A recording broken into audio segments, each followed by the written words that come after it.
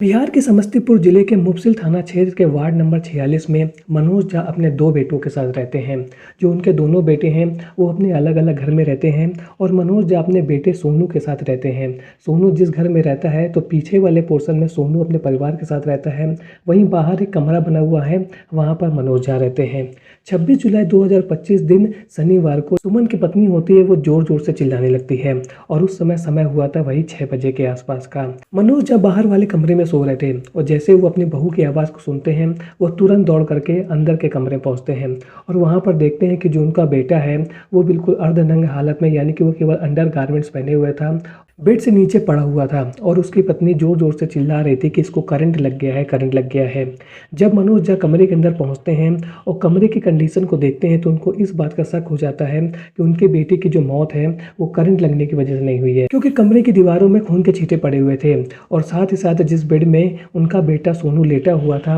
वो भी बेड खून से सना हुआ था। और यदि उसकी मौत करंट लगने की वजह से होती तो इस प्रकार से जो चोट के निशान उसके शरीर में थे वो ना होते। और उनको जब ये शक होने लगता है कि उनके बेटे की मौत करंट लगने की वजह से नहीं हुई है बल्कि इसके पीछे की कुछ और कहानी है, तो वे पुलिस वालों को तुरंत इन्फॉर्म करते हैं और इसके बाद पुलिस वाले पहुंचते हैं और जो सोनू की डेड बॉडी होती है उसको पोस्टमार्टम के लिए भेज देते हैं और साथ ही साथ पूरे क्राइम सीन को इन्वेस्टिगेट करना शुरू कर देते हैं। तो सोनू झा की मौत कैसे हुई थी और उसकी मौत के पीछे की क्या कहानी थी, क्या उसकी मौत रियल में करंट लगने की वजह से हुई थी या इसके पीछे की कुछ ऐसी कहानी थी जिसके बारे में जब आपको पता चलेगा तो आपके रोंगटे खड़े हो जाएंगे कि कैसे आज हमारे समाज में एक के बाद एक ऐसी कहानी हम लोग के सामने आ रही हैं जिसके बाद भी लोग इन कहानियों से सबक लेने की कोशिश नहीं कर रहे हैं और गुनाहों में एक खुशी को ढूंढने की कोशिश में लगे रहते हैं। और उस गुनाह के बाद, जैसे मैं अपने पिछले केसेस में बताता हूँ कि हर गुनाह करने के बाद ये सभी लोग जेल की सलाखों के पीछे पहुंच जाते हैं और उसके बाद अपने द्वारा करे गए गुनाह के लिए ताउम्र सजा का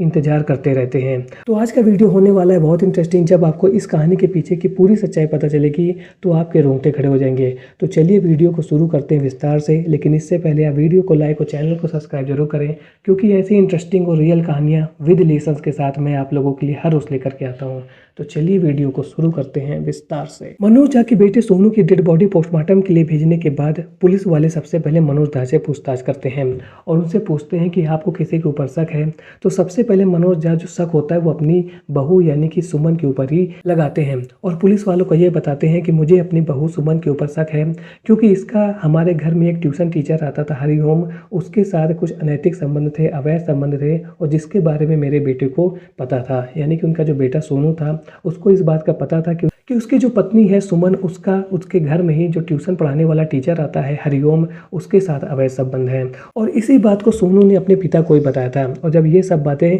सोनू के पिता यानी कि मनोज झा के द्वारा पुलिस को पता चलती है तो वो सबसे पहले उनकी जो बहू थी सुमन उसको गिरफ्तार करते हैं, क्योंकि कमरे के अंदर सबसे पहले वही मौजूद थी। यानी कि जब सुमन ने शोर मचाना शुरू किया था तो उस समय वहां पर जब मनोज झा पहुंचते हैं तो वहां पर जो उनका बेटा था सोनू वो मरा हुआ बेड से नीचे पड़ा हुआ था, वहीं एक कोने पर जो उनकी बहू थी सुमन वो बैठी हुई थी। तो इस वजह से पुलिस वालों को यह पूरा शक था कि कहीं ना कहीं जो कुछ भी सोनू के साथ हुआ है उसके बारे में सब कुछ मालूम है सुमन को। और जब सुमन से पूछताछ की जाएगी तो शायद इस बात का खुलासा हो जाएगा कि सोनू की डेथ इस प्रकार से कैसे हुई। तो इसके बाद संदेह के आधार पर पुलिस वाले उनकी बहू सुमन को गिरफ्तार कर लेते हैं। वहीं दूसरी ओर पुलिस वाले जब हरिओम का नाम सामने आ जाता है जो ट्यूशन टीचर था और उनके घर में पढ़ाने के लिए आता था, तो वो हरिओम के बारे में पता करना शुरू करते हैं और जब वो हरिओम के घर जाते हैं साथ ही साथ उसको फ़ोन भी मिलाते हैं तो उसका फ़ोन नंबर नहीं लगता है और उसके घर वाले कहते हैं कि वो तो कल रात से ही नहीं आया है, पता नहीं कहाँ चला गया, हम उसको कॉल कर रहे हैं लेकिन उसके बारे में कुछ भी पता नहीं चल रहा है। तो हरिओम का गाँव में ना मिलना ही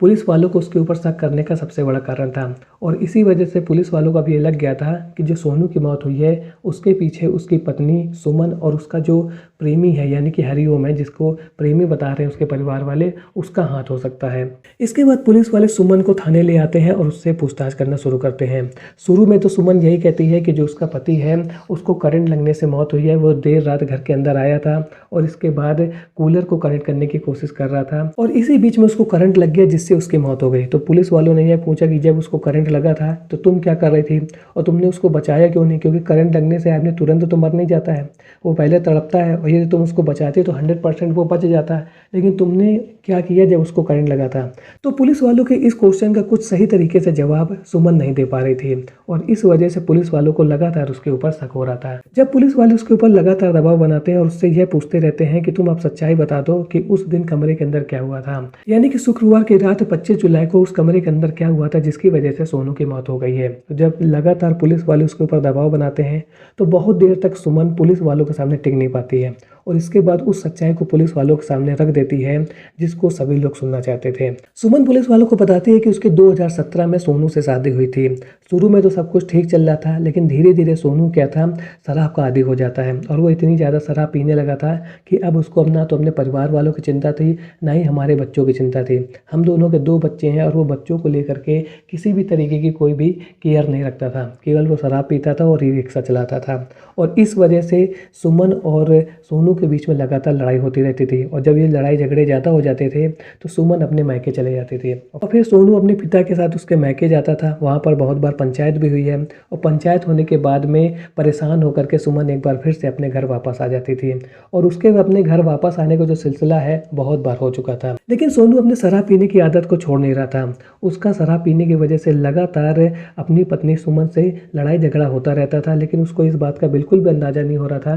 कि यही लड़ाई झगड़ा आगे चल करके उसके लिए बहुत बड़ी मुसीबत खड़ा कर देगा। और इसी बीच में उसके घर में हरिओम नाम का लड़का आता था जो सुमन के बच्चों को, यानी कि जो उसके 2 बच्चे थे, उनको ट्यूशन देता था। हरिओम ज़्यादातर दिन के समय बच्चों को ट्यूशन देने के लिए आता था और जब वो घर में ट्यूशन देने आता था तो जो ससुर थे मनोज झा, वो तो बाहर वाले कमरे में रहते थे, वहीं जो सोनू था वो रिक्शा चलाने चला जाता था और इस वजह से घर के अंदर उसकी जो पत्नी सुमन है, हरिओम और बच्चों के अलावा और कोई भी नहीं होता था। और इसी बीच में हरिओम और उसकी जो पत्नी सुमन है उनके बीच में नज़दीकियाँ बढ़ जाती हैं और इसी बीच में हरिओम और सुमन के बीच में नज़दीकियाँ बढ़ जाती हैं जो कुछ समय के बाद अवैध संबंधों का रूप ले लेती हैं। और जब भी सुमन को यह मौका मिलता था कि घर में कोई नहीं है तो वह अपने प्रेमी हरिओम को बुला लेती थी और उनके साथ वो सब कुछ करती थी जो एक पति के साथ किया जाता है। और जब सुमन के अफेयर के बारे में जब कुछ दिनों के बाद सोनू को पता चलता है तो वह उससे बहुत ज़्यादा लड़ाई झगड़ा करता है और साथ ही साथ हरिओम जो घर में ट्यूशन पढ़ाने आता था, ट्यूशन भी बंद करा देता है और उसको अच्छे से समझाता है, यानी कि अपनी पत्नी को भी बहुत अच्छे से समझाता है,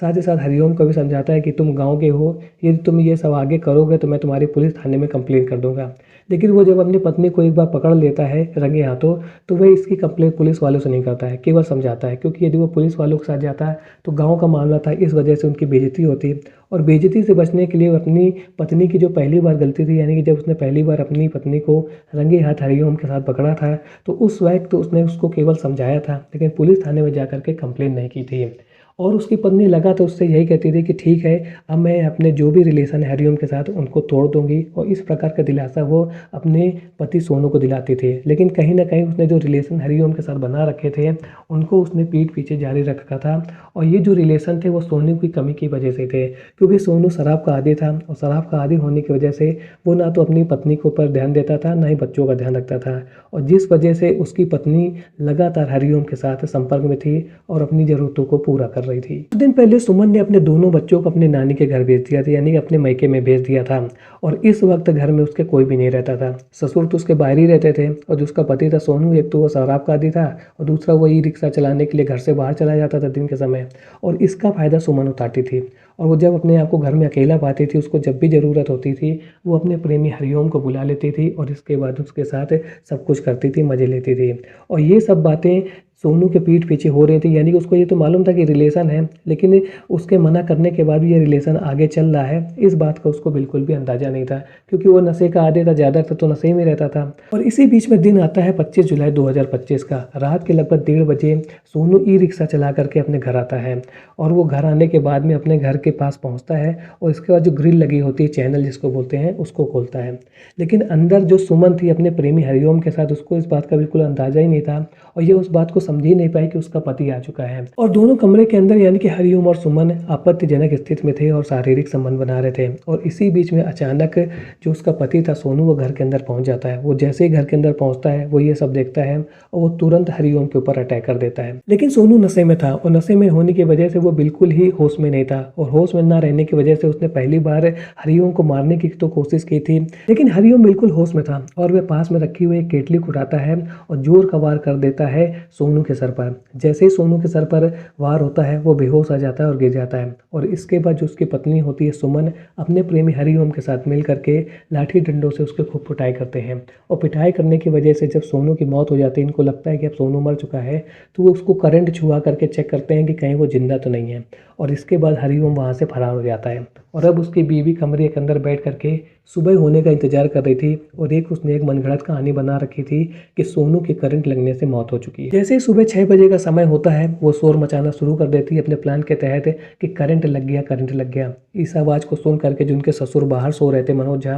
वो कमरे के अंदर पहुँचते हैं और देखते हैं कि बहू एक साइड में बैठी हुई है, वहीं जो उनका बेटा सोनू है वो केवल अंडर गारमेंट्स में बेड से नीचे पड़ा हुआ है। लेकिन जो करंट लगने की बात थी वो उनके गले से उतर ही नहीं रही थी क्योंकि जो दीवारें थी कमरे की वो खून से बिल्कुल, यानी कि वहाँ पर खून के छींटे पड़े हुए थे। साथ ही साथ जिस बेड में सोनू लेटा हुआ था उस बेड में भी बहुत सारा खून पड़ा हुआ था और इस वजह से उनको लग रहा था कि उनकी बेटी की मौत करंट लगने की वजह से नहीं बल्कि उसकी हत्या की गई है और इसी बात को उन्होंने पुलिस वालों को बताया था और पुलिस टीम ने सोनू की हत्या के पीछे की जो पूरी कहानी थी उसको कुछ ही पल में खोल करके रख दिया क्योंकि सोनू की हत्या किसी और ने नहीं बल्कि उसकी पत्नी सुमन ने अपने प्रेमी हरिओम के साथ मिल करके की थी। और जिस बात को उसने पुलिस के सामने, जब पुलिस वालों ने उससे क्वेश्चन किए कि किस लिए तुमने अपने पति की हत्या की है, तो उसने पूरी कहानी पुलिस वालों के सामने बता दिया है। वही जो सुमन का प्रेमी है हरिओम वो अभी फरार है और पुलिस वाले उसको लगातार ढूंढ रहे हैं। तो आज के वीडियो में आपने देखा कि कैसे अवैध संबंधों के चक्कर में एक पत्नी ने एक बार फिर से अपने पति की हत्या कर दी और लोगों को पता नहीं ऐसा क्यों लगता है कि गुनाह करने के बाद में